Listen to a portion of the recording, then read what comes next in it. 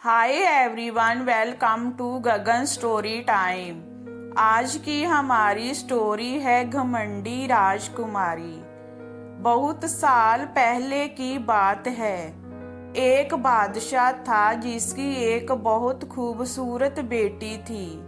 वो लड़की अपनी खूबसूरती और दौलत की वजह से बहुत घमंडी हो गई थी। कहीं से भी उसकी शादी के लिए रिश्ता आता तो वो उसे ठुकरा देती थी और उसका खूब मजाक बनाती थी। एक दिन बादशाह ने एक बहुत बड़ी दावत रखी और उसमें शहजादी से शादी करने वाले तमाम शहजादों को बुलाया। सब लोग अपने अपने मर्तबे के हिसाब से कुर्सियों पर बैठ गए। फिर शहजादी इस दावत में कई चीजों के साथ बहुत घमंडी अंदाज में आई और वो जिस भी शहजादे के पास से गुजरती तो वो उसे बहुत नीची नजरों से देखती। फिर वो एक शहजादे के पास पहुंची जो बहुत ज्यादा मोटा था।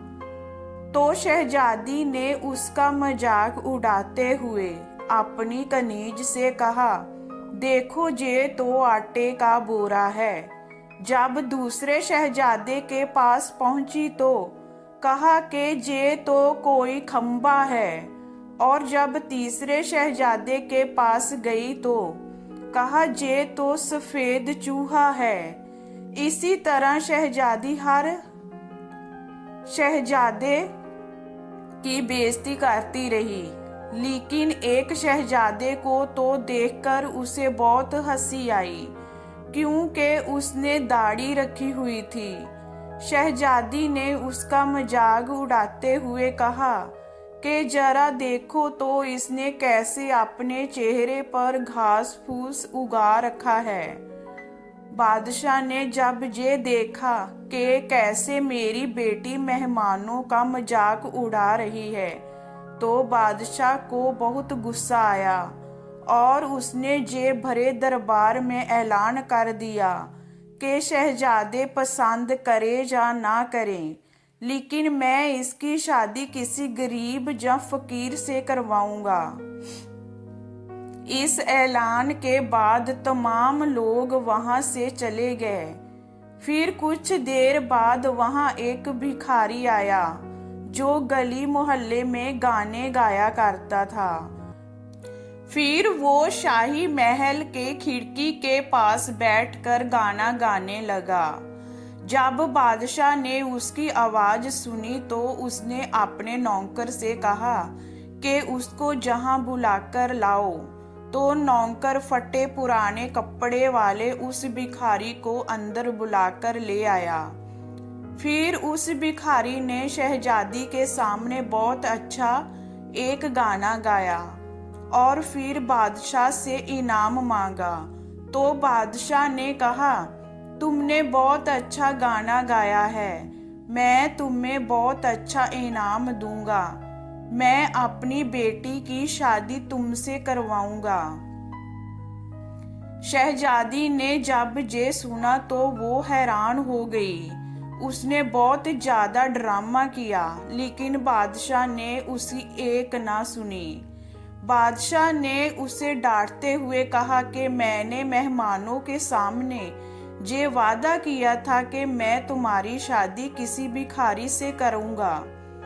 अब मैं वो कसम पूरी कर रहा हूँ। उसके बाद बादशाह ने उन दोनों का निकाह भी करवा दिया और कहा कि अब तुम अपने शौहर के साथ जाने की तैयारी कर लो। शहजादी रोती पिटती उस भिखारी के साथ गई। रास्ते में वो एक शिकारगाह के पास से गुजरी। वो शिकारगाह बहुत बड़ी थी। तो शहजादी ने भिखारी से पूछा कि ये शिकारगाह किसकी है।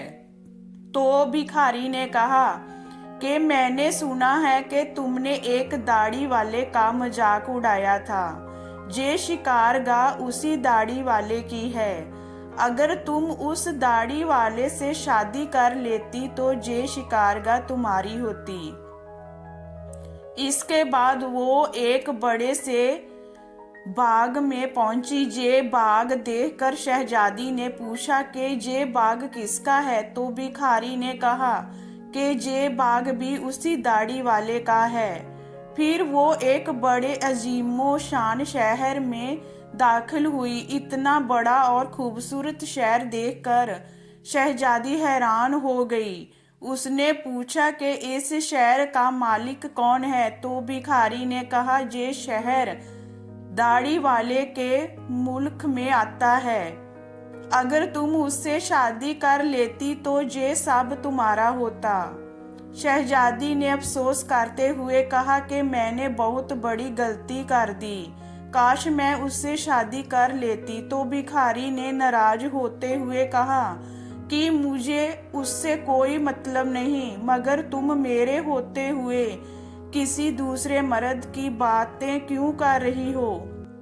क्या मुझ में कोई कमी है? इसके बाद वो एक छोटी सी झोंपड़ी के पास पहुंची तो शहजादी ने कहा कि कैसी बेकार और छोटी सी झोंपड़ी है।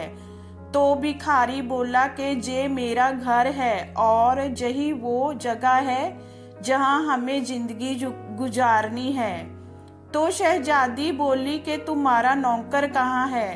तो भिखारी बोला कि हमें नौकरों से क्या काम, तुम हर काम कर सकती हो। चलो अब तुम आग जलाओ और मेरे लिए खाना बनाओ, मैं बहुत थक चुका हूँ। लेकिन शहजादी को खाना पकाना नहीं आता था, तो भिखारी ने उसकी मदद की।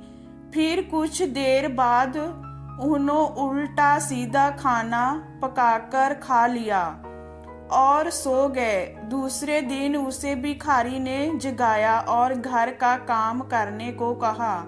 शहजादी पूरा दिन काम करती रही और ऊपर से भिखारी की डांट भी सुनती रही। किसी तरह से उन्होंने कुछ दिन गुजार लिए। एक दिन भिखारी ने कहा कि मैंने जो कुछ कमाया था वो सब अब खत्म हो चुका है, अब कमाने की बारी तुम्हारी है। मैं तुम्हें लकड़ी लाकर देता हूँ, तुम उससे टोकरियां बुन लेना। ये कहकर वो जंगल में गया और टोकरी के लिए लकड़ी काट कर ले आया। शहजादी ने टोकरी बनानी शुरू कर दी। उसने पहले कभी इस तरह का मेहनत वाला काम नहीं किया था, इसीलिए उसकी उंगलियां जख्मी हो गई और उनमें से खून निकलने लगा।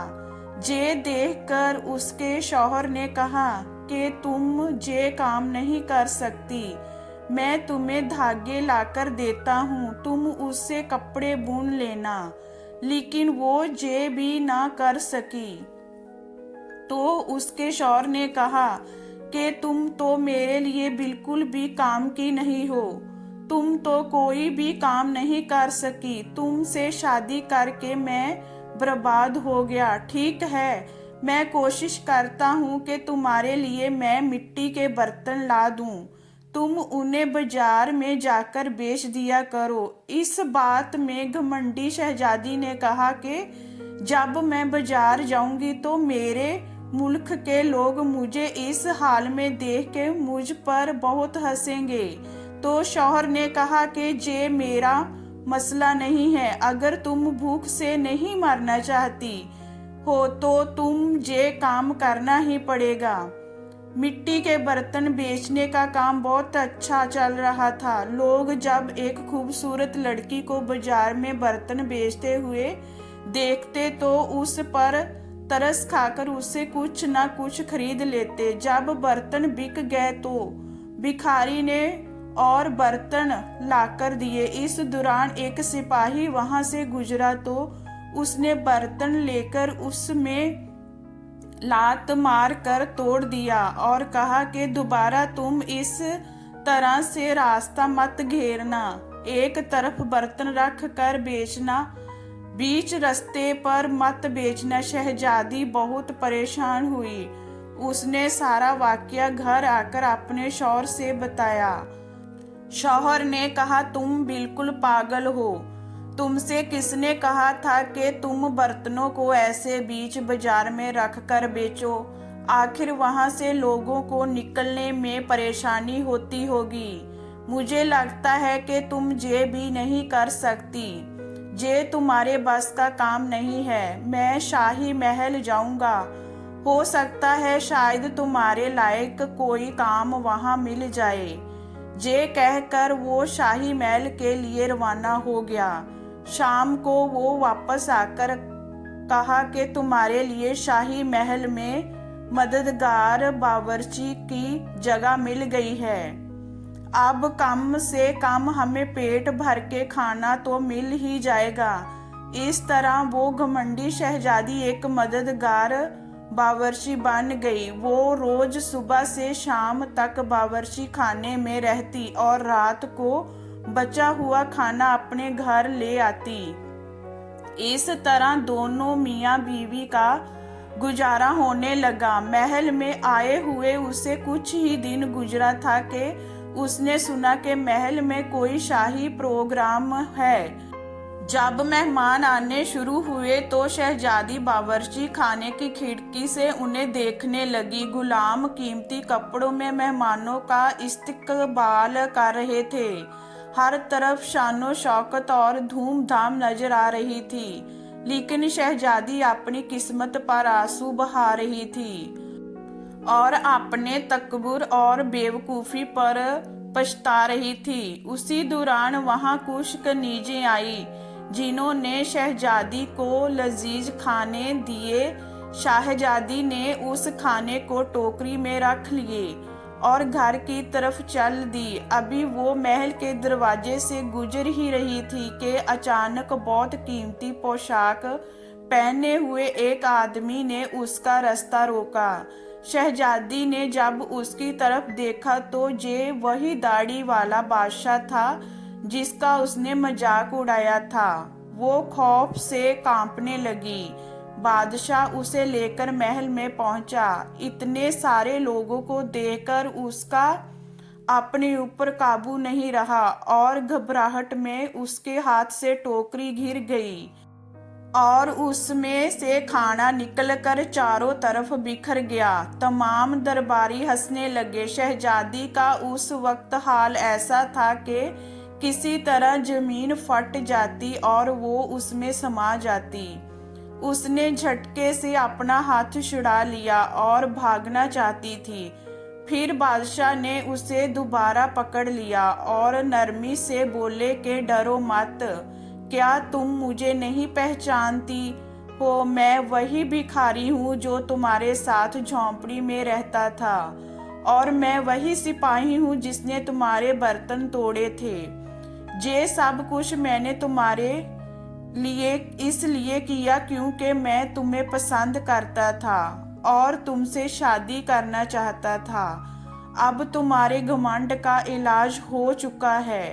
मैं वही भिखारी हूँ जिसके साथ तुम रहा करती थी। अब तुम्हें अच्छा सबक मिल गया है। पिछली बातों को भूल जाओ और देखो हमारी शादी की तैयारियां हो रही है। उसी वक्त कनीजें आई और उसे अपने साथ ले गई। फिर शहजादी को नहलाकर उसे दुल्हन का लिबास पहनाया गया। फिर जब वो दोबारा वहां आई तो देखा कि उसके माँ बाप और तमाम दरबारी वहां मौजूद थे। लोगों ने उसे मुबारकबाद दी। उस वक्त शहजादी बिल्कुल बदल गई थी। उसका गरूर, उसका घमंड सब खत्म हो चुका था। उसने जिंदगी गुजारने का ढंग सीख लिया था। ये स्टोरी आपको कैसी लगी हमें कमेंट में बताइए। लाइक कीजिए, शेयर कीजिए एंड वॉचिंग के लिए थैंक यू।